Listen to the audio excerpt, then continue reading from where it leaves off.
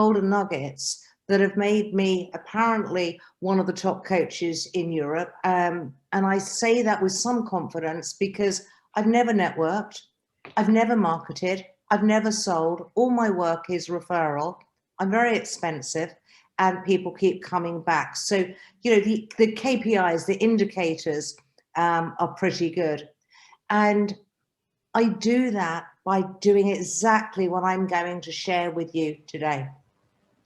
So I mentioned that I left school and I blagged my way into a secretarial job, which of course, because I blagged my way in, I kept disappointing my boss, but I hung on in there for a year. But it wasn't enough to put a roof over my head. And so I also had to I did a cleaning job, I did telesales, and I had a bar job. So I juggled all of these things at the age of 16, 17, and it was tough. I had bulimia, I had various other conditions that you would connect with ongoing abuse. By the time I was 28, I was sales director for a very large home improvement company. And by the time I was 35, I was head of sales at Centrica. And I had hundreds and hundreds and hundreds of people working for me. Before I was 40, I was managing director of the largest TV post-production house in the country. I had people like Russell Brand coming into my office and other people that you would recognize. And I don't tell you this to impress you in the slightest, but I tell you this to impress upon you what is possible when you have a mindset of turning adversity into a superpower.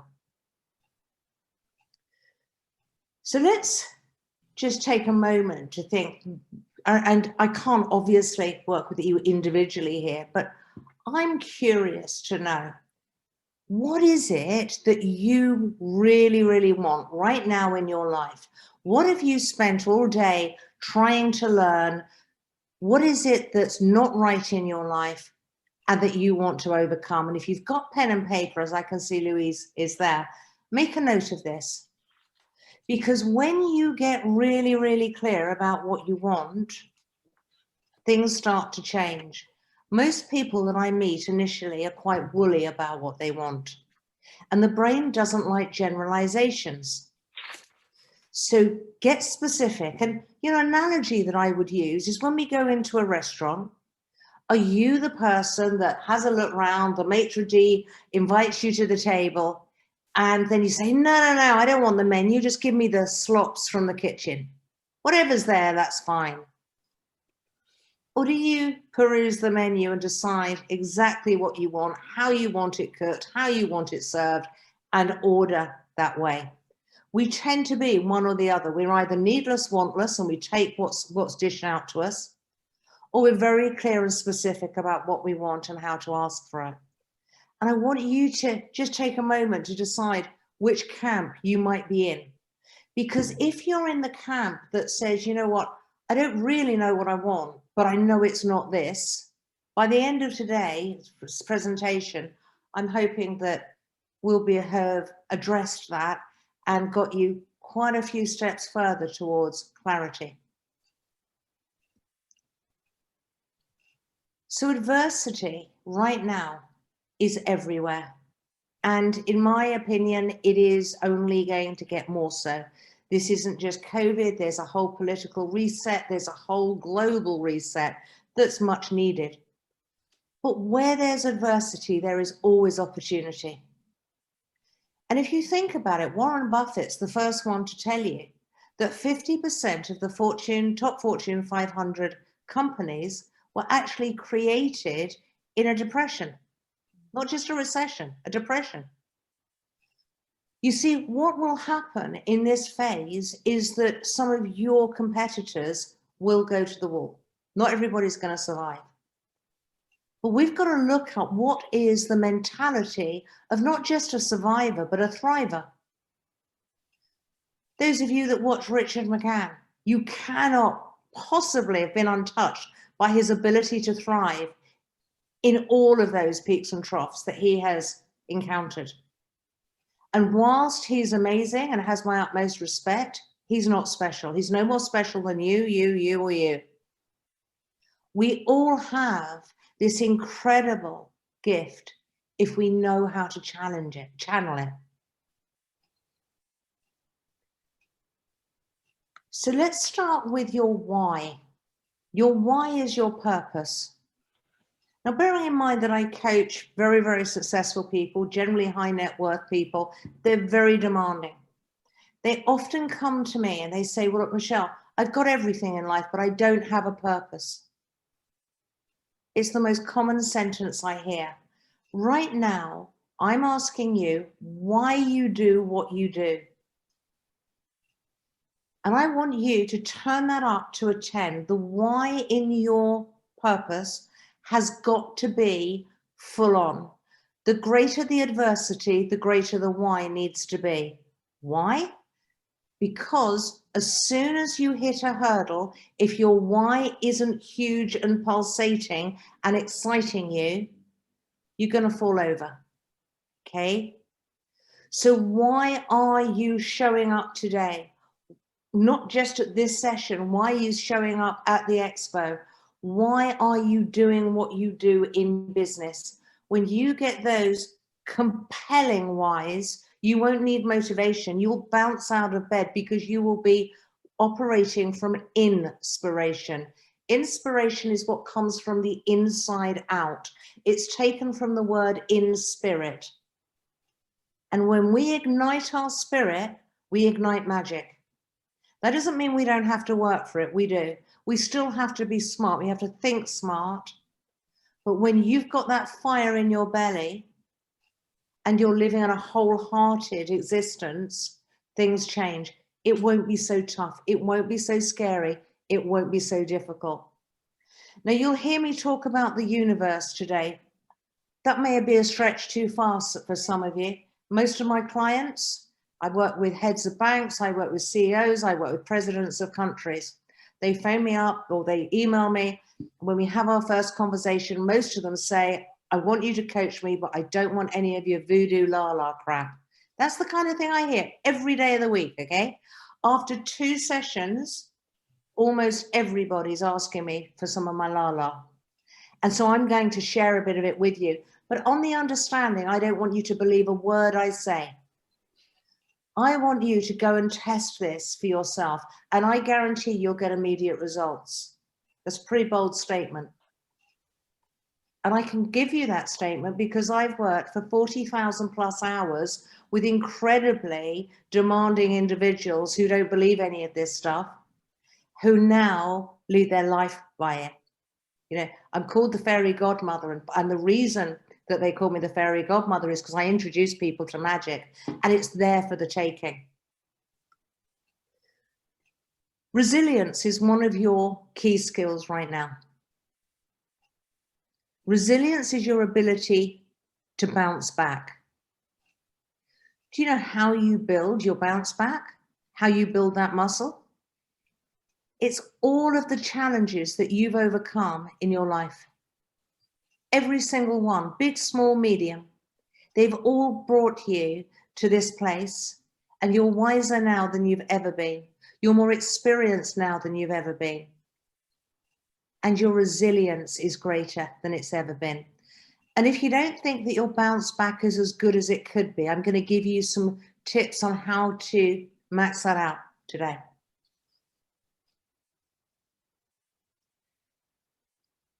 When we don't get the result that we hope for, we can either go into the pit, have a little pity party, or we can step back and we can ask ourselves, where was the gift?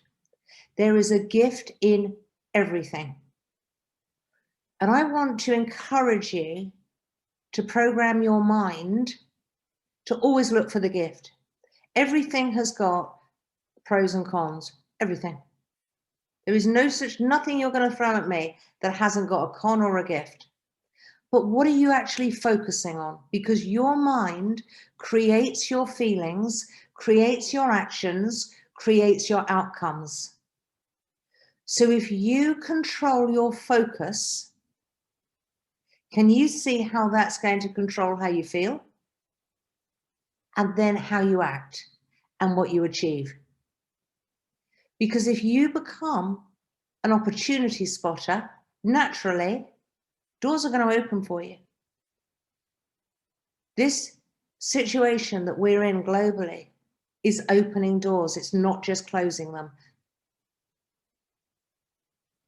Charles Darwin is famous for saying, it's not the strongest or the most intelligent of the species that survives.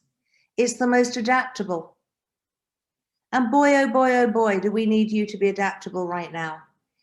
And I want you to think about exactly where you are and how you can assess your situation and adapt your business and the way that you run it to make this an opportunity. Not something that you just get through, but something you thrive through. You might even find yourself teaching other people how to face these kind of challenges.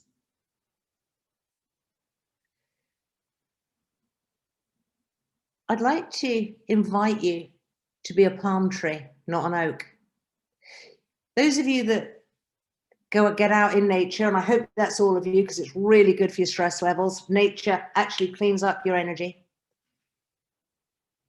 You'll notice that when there's been one hell of a storm, those sturdy, solid old oaks, they've tipped over.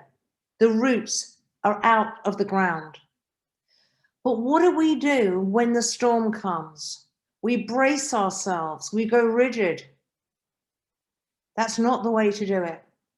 Now I want you to think about a palm tree. A palm tree can reach 50 feet high, 50 feet tall. When the storm comes, what happens to the palm tree? Here's my impression of a palm tree, okay?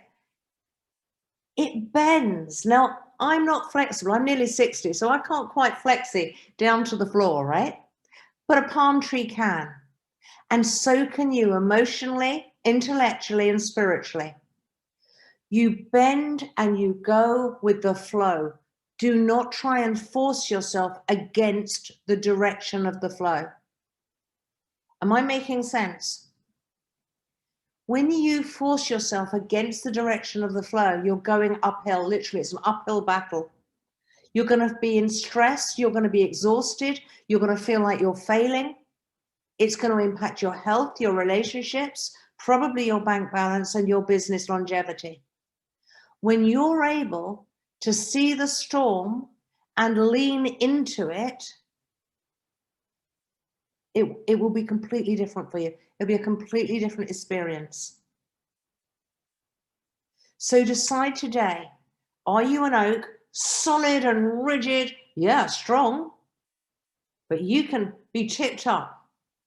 Or are you that palm that bends in the storm? And I want you to start thinking about how that looks for you, being in flow, not force, flow.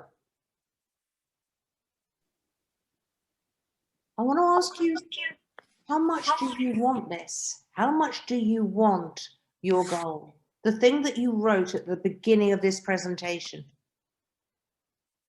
Do you kind of want it? It would be nice to survive? Or are you hungry, really hungry for success and thriving through this adversity so that you can look back in a decade's time and say, that was the best thing that ever happened to my business. It forced me to change some of my behaviors. It forced me to look at things differently.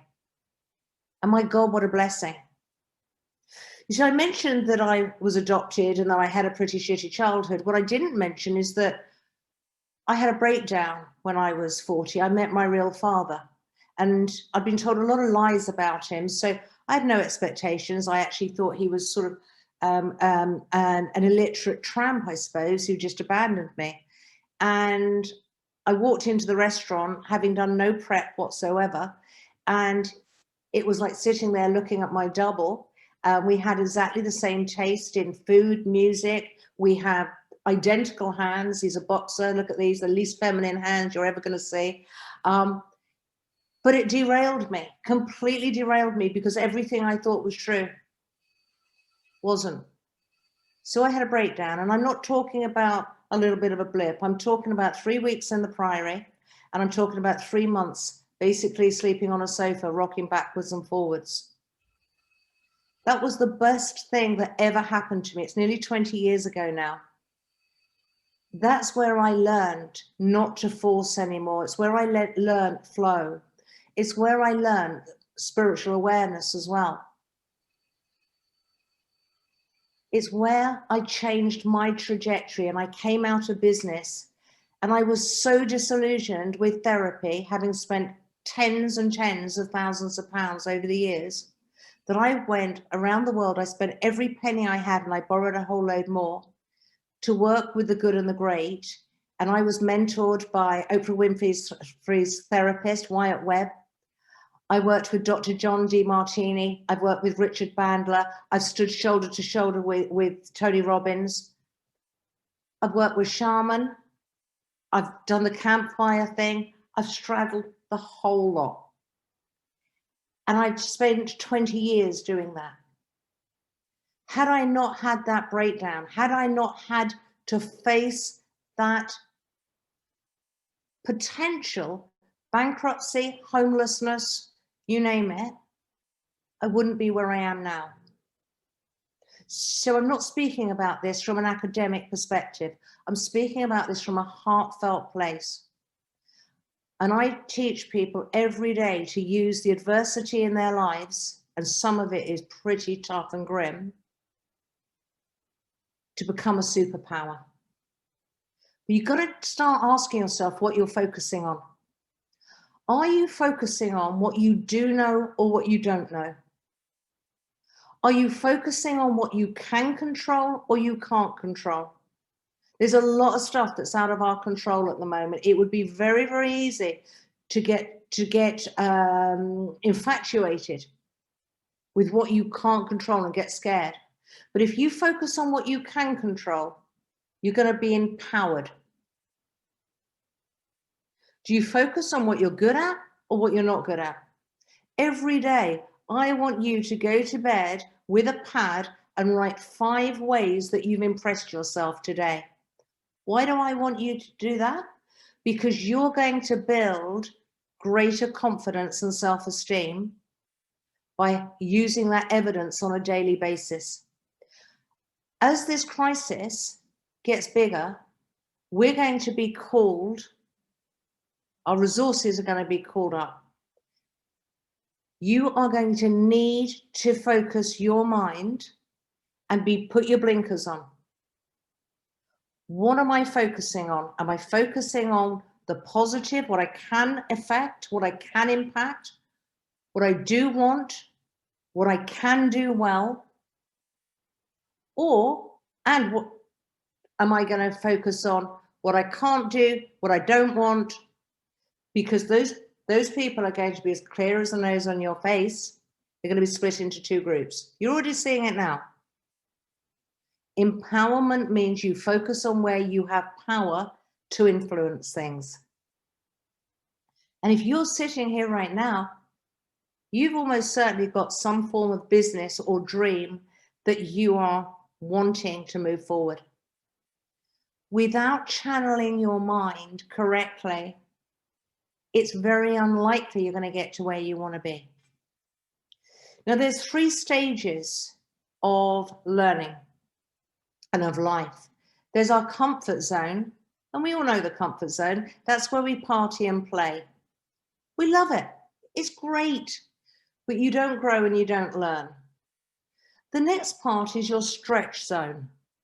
Your stretch zone is where you are not in your comfort zone, but you can handle this. You know you've got this, and you're learning something new and you're growing.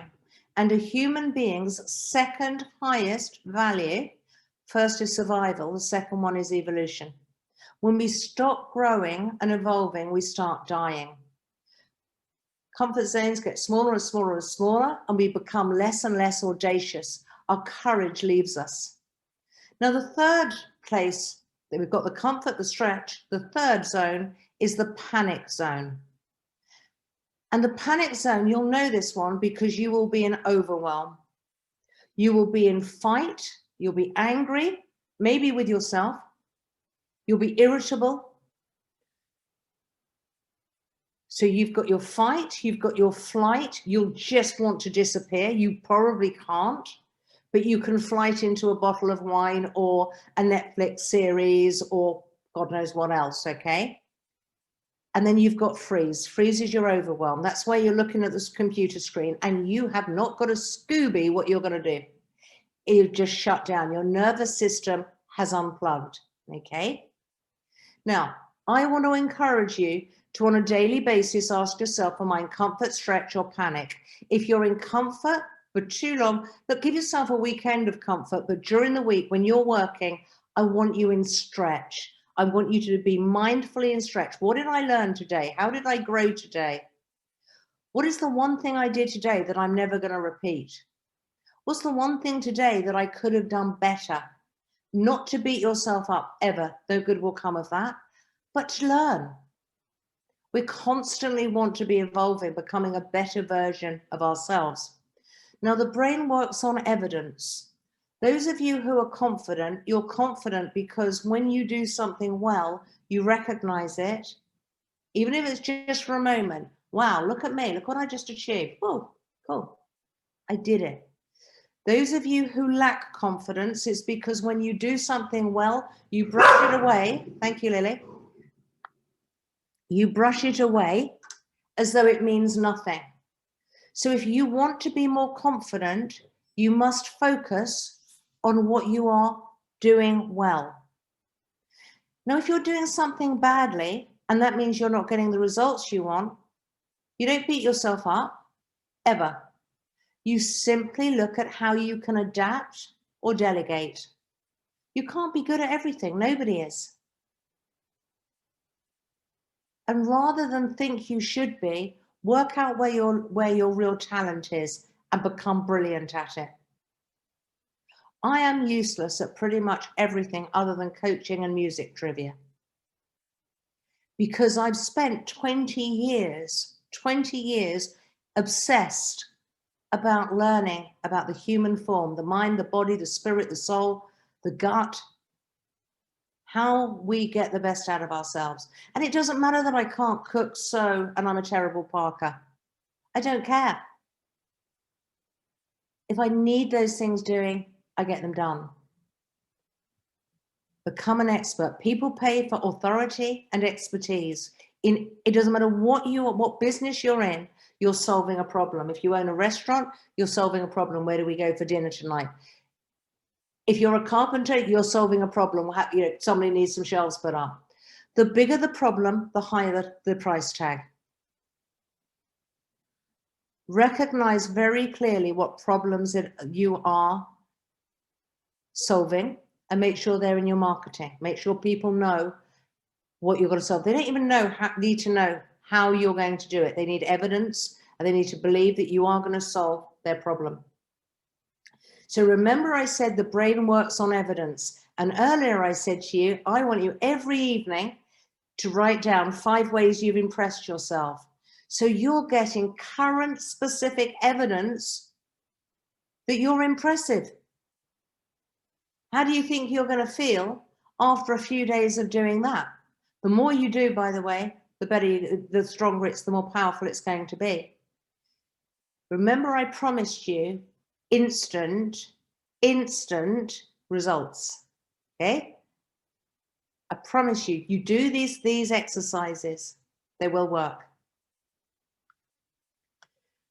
Now, I have got an opportunity here to do 15 minutes live coaching. Sorry, just give us 1 second. I'm trying to do something here. Could you just mute yourself, please? Thank you very much indeed. So, would you like some live coaching? Has anybody got any questions for me that I can answer for you right now?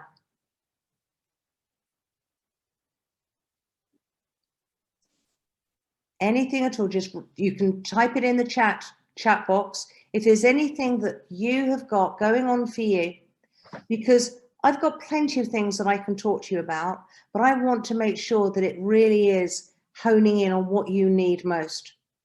You know, about 4 or 5 months ago, I met a woman on a live coaching, a bit like this, and her name was Sheila Smith. And Sheila was sitting like a sad puppy. And I share this with her blessing. And I spotted her out of maybe 30 people. And I asked her what was going on for her. And she told me that she was in events, but because of lockdown and COVID, her life was finished and she knew it. She didn't know what she was going to do. She's not technologically savvy, and she was just shoulders down. She was done. And in just that live session, I was able to bring back her mojo, to give her back her dream. And today, I think you'll share my awe of that lady who grabbed her opportunity with both hands and has created today's Business Expo virtual obs. And it's thanks to her and her courage. And she's been an incredible student. She has taken the wisdom and the golden nuggets that I impart, and she runs with them. There's never once been a time, not once, that I've contacted her and said, Sheila, have you done X, Y, and Z? And she said no. It's always yes. By the time I ask her, and I'm pretty punchy as well. So I'm just looking at the questions coming in. And I've got one here that says, when looking at starting to coach people, how do you get clients? I'm in the events industry, but looking at helping businesses with sales and breaking barriers in sales, as I found that business people are not salespeople, but I have over 20 years experience. It's an interesting one, that, because I get a lot of people asking me how to be a coach. Coaching has been the fastest growing industry, or second fastest growing industry, for 10 consecutive years, only behind IT. So the first thing I would say is make sure that you really want to coach, because there is a lot of competition out there. What I did, and what I would recommend, isn't spending money on marketing and advertising. I would gift six people your services for 6 sessions. So you're giving away 36 sessions. And in return, all you're going to ask them to do is to shout from the rooftops, go on social media about the results that they achieve. Coaching is a results-based career. If you don't get results for your clients, with your clients, you're going to go out of business. Now, the other thing to remember is that coaching fees, they vary enormously. I think at the moment, the average fee is as low as £60, purely because of supply and demand. I know there's a lot of coaches that aren't working at the moment. They're very, very quiet. So I think very carefully about your market, about your pond, the people around you, and how you can promote it without spending fortunes on marketing. Networking, I don't network because I started, as I say, 20 years ago, and I've got an established client base. But I think networking is also a good way forward. Somebody's asked me, what was that? Comfort, stretch, and panic. Okay, panic was the third one. That was Mark Elgar answering your question there. What else have we got here? Oh, that's nice. I'm so inspiring. Thank you, Tracy. Someday I feel I can take on the world. The next I can feel, what on earth was I thinking? I make and bake French macaroons. My stomach is literally in knots, and then I hand them over. But I know they're good. So many compliments about them. How can I be braver? Is this imposter syndrome? Wonderful. Okay. So the first thing is, fear is natural and normal. Human beings have a natural response to change and uncertainty. It's called fear. But you don't have to feed it, and you don't have to believe it. The art of success and growth is to understand that fear is your ego trying to keep you smaller. Your ego doesn't want you to grow. Your ego wants you to survive and thrive just as you are. So if it gets an opportunity, it will scare the life out of you. So that knot in your stomach, what I would do is I would go and walk in nature and I would do some deep gut breathing. In for 4, hold for 4, and out for 6. When the negative and fearful thoughts come, brush them away. Just say, that's not who I am anymore. I don't need that anymore. Don't fight them. Don't try and shut them down. You will not win. So when the no, no, no, no, no comes, you just roll your eyes. Oh, that's not who I am anymore. Thanks anyway. Can you see how I'm not making a big deal of it? I'm not feeding it. So it's wonderful that you feel like you can take on the world some days. Those are the days you want to really build your evidence. Remember that the brain works on evidence. What is it on those days that you think, that you believe? And then on the next day, where you have difficulty tying your shoelaces, and we all have those days, it's easy to talk ourselves out of the other state. But how about you just accepted that some days you can walk on water, some days you can barely fill the kettle. That's okay. It's called being human. And one of the hardest things that we do, or one of the most destructive things that we do, is we tell ourselves when we're not on good form that A, it's going to last forever, and B, there's something wrong with us. Well, here's the news. Nothing lasts forever. Nothing, nothing, nothing. And you all have got evidence of that. Yeah? So when you're having a crappy day, go do your admin, but don't beat yourself up. Do the stuff that you don't need to be in the front line with, but use that as an opportunity to build your muscle of resilience, of confidence. I am still valuable, even though I'm having an off day. I am still a brilliant coach, even though I'm having an off day. Weirdly, with coaching, I find that even if I'm having an off day, I'm still absolutely on fleek while I'm coaching. I just fall apart when I'm not. And that's okay. And I've talked to my clients about this. I don't want you ever to think that you're seeing somebody, whether it's me or anybody else. What you see is the outtakes. You see the bits, or the top bits, the good bits. You don't see the bits where we're sweating and worrying. And the difference between me and possibly you is when the shit hits the fan, I refuse to let the fear take over.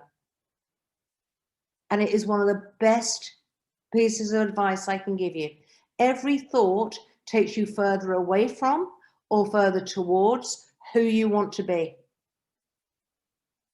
And I want you to ask yourself, does this belief, does this thought take you further away from, further away from or further towards who I want to be? Okay. How do you deal with ostriches? Those people who know they need help, ask for it, but just bury their heads. Well, that would depend who it is that's asking. So if somebody needs help, first of all, they need to recognize that. But if they're asking for it and then don't take it, I'd let them get on with it. It's not my business. My business is how I conduct my life, and I like to lead by example. I don't need to change the world, and I don't need to save everybody. I need to change me. I need to be the change that I want to see in the world. Thank you, Gandhi, for that quote, but it is a quote that I live by. When you are out there fighting for what you believe, you're putting more anger in the world. When you are being the change, you're not. You're becoming a beam of light. There's plenty of anger in this world, and there's more coming. Be a beam. Beam your light. And remember, mind your own business. And I say that lovingly. When we start to judge other people, when we start to look at what other people are doing with anything other than curiosity, it says something's not right inside us. My judgment of you is nothing to do with you. It's all about me. Let me say that again. If somebody judges you, it is nothing about you. It's all about them. You have over 4,600 human traits. If somebody wants to fixate on one of them, that would suggest to me that they want to have a reason to get angry or contentious or feel better about themselves. Because we only compare ourselves for two reasons. We compare ourselves to feel better about ourselves or worse about ourselves. And you know that if you're in a really bad mood and you're really down on yourself, you know whose social media you're going to go to feel really bad. Stop it. Because it's got a knock-on effect. It sounds like such a silly little thing. Oh yeah, you know, I just scroll through the Daily Mail page, or what is it called, the celebrity page or whatever. It's full of toxicity. If you feed yourself poison, you're going to attract poison. If you feed yourself audacity, excitement, growth, energy, positivity, guess what you're going to attract? Whatever you focus on, you magnify in your life. Remember, I said, don't believe a word I say. Go try to check it out tomorrow. Fixate on one thing tomorrow. I don't care if it's purple butterflies, blue elephants, kindness, anything you want. Fixate on it for one day and watch it come towards you. It's the law. It has to happen.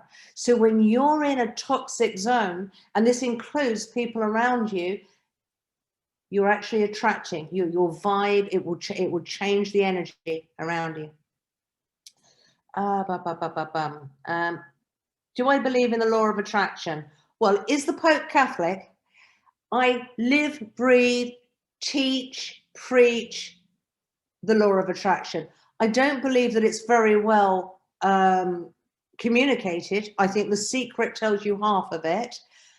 But if you, whatever you want, you've got to behave as though you've already got it. If you want that next promotion, act as though you've already got it. Dress like you've already got it. Walk like you've already got it.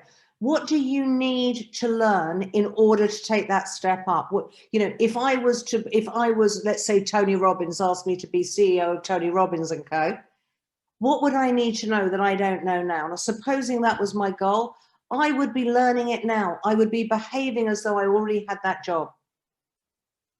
What would you change if you had your dream come true? Do it now. Change it now. Don't wait for your dream come true. When you vibe at the level of your dreams become your reality.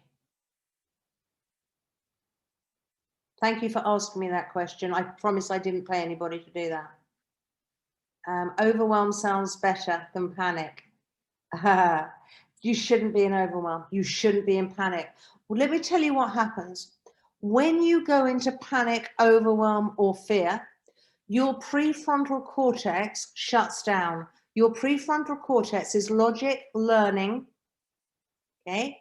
You need to be logical. You need to be able to learn. You need to be able to assimilate information in a logical way. But what happens is you've got a part of your brain called the amygdala that sits just here. Now, when the amygdala, which is the fear center, fires up, it's like a hotel alarm.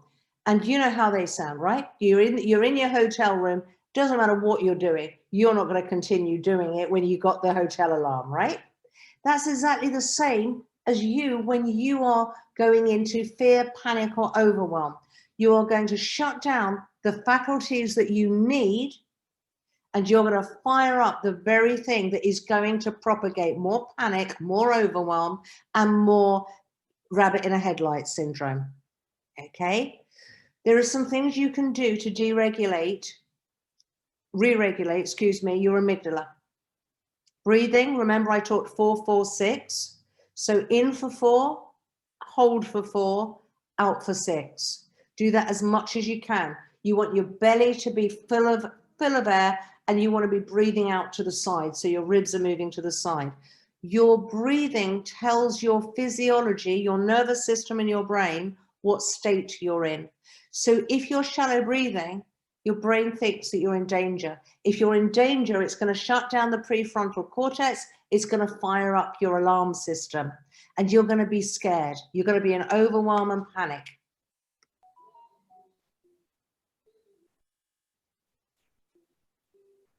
I'm just looking to see if there's any other questions I can answer. We've done vision boards too, yep, with amazing results. Vision boards are fantastic. You can, if you've got a MacBook, you can use Keynote. I'm sure that the other types of computers that I can't think of the word, I'm sure they've got something similar.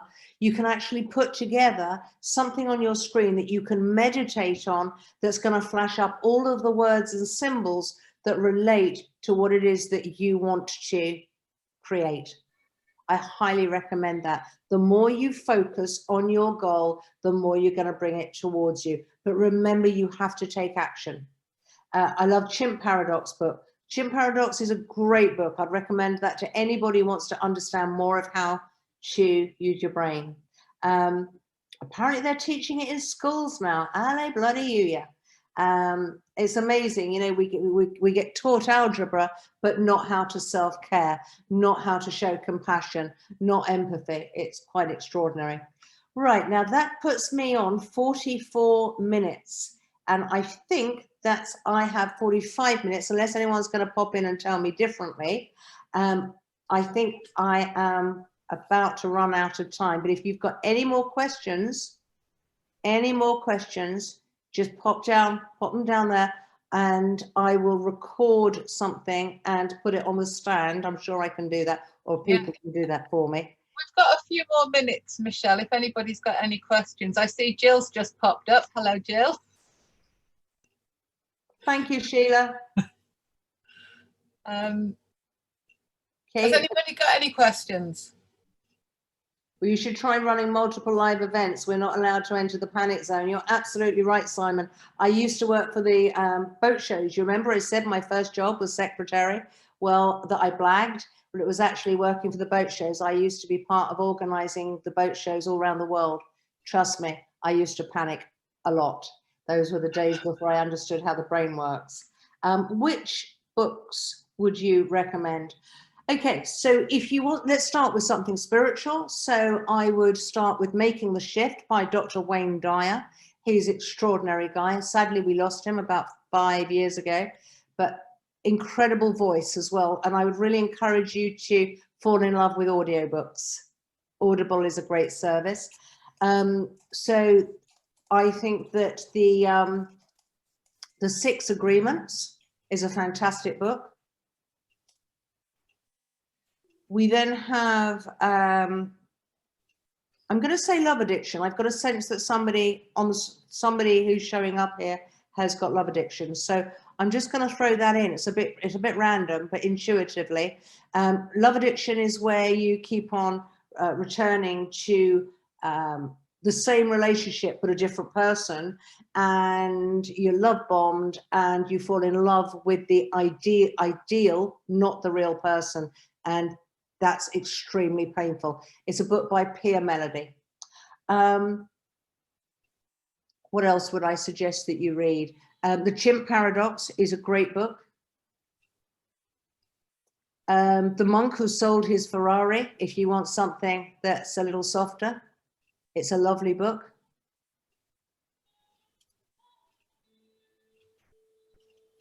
Good old Napoleon Hill. Well, Napoleon Hill's wonderful. And you're right, you know, he's been around for, I think it was the 60s, him and Zig Ziglar. They were kind of a team. Most of you won't remember, even I don't remember the 60s, I was too little. But yeah, some of those those oldies that are great. Somebody here says Susan Jeffers, Feel the Fear and Do It Anyway. A great book. It's probably 15 years old. She's just updated it. If you're creative, I would highly recommend Julia Cameron. It's gone out of my head. But if you just put Julia Cameron into Amazon and creative, it will come up. And there's also a workbook. Untamed, probably one more for the girls. It's by Glennon Doyle. And it is inspirational from the moment it starts to the moment it ends. It will really put the inspos up you, and you will bounce around more for reading that book.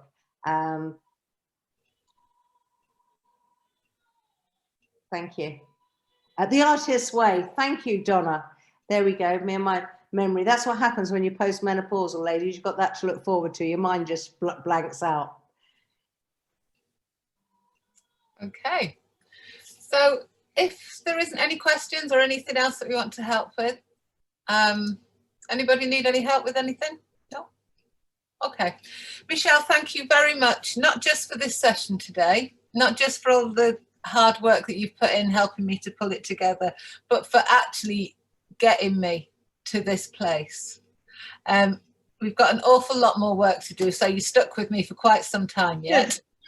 That's what I like to hear. And can I just say that my work is out on YouTube. You know, I have a waiting list, as I say. I don't open to any more one-to-one clients. So what I've done is I put everything, or I'm building a library, but there's probably 30 videos up there now, up to an hour and a half each. So you can be coaching yourself. Please subscribe and leave a comment. And I'm also on Instagram if you want a little bit of a daily fix. And I have a Facebook coaching page, which you're very welcome to show up to. And you're very welcome to come to my personal page if you like dogs and music.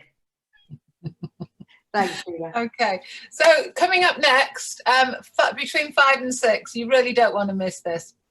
It's the, look at John laughing, he knows. Cuckoo Connect is a Midlands-based networking group. It's 2 chaps, Stephen and Philip. They are absolutely hilarious. It's a little bit like end of term, throw your hats in the air. There's really no rules for the last hour, because that's how I feel getting to this point today. I just want to throw my hat in the air and say we did it. So I'm going to let the Cuckoo boys, they've got themselves in some stately home in Leicestershire somewhere. It's all very grand. They've got a chef in the kitchen, and it's going to be just bloody hilarious. So get yourself on for the last hour. And thank you, everybody. And I'll see you in there. Thank you. Okay. Gin.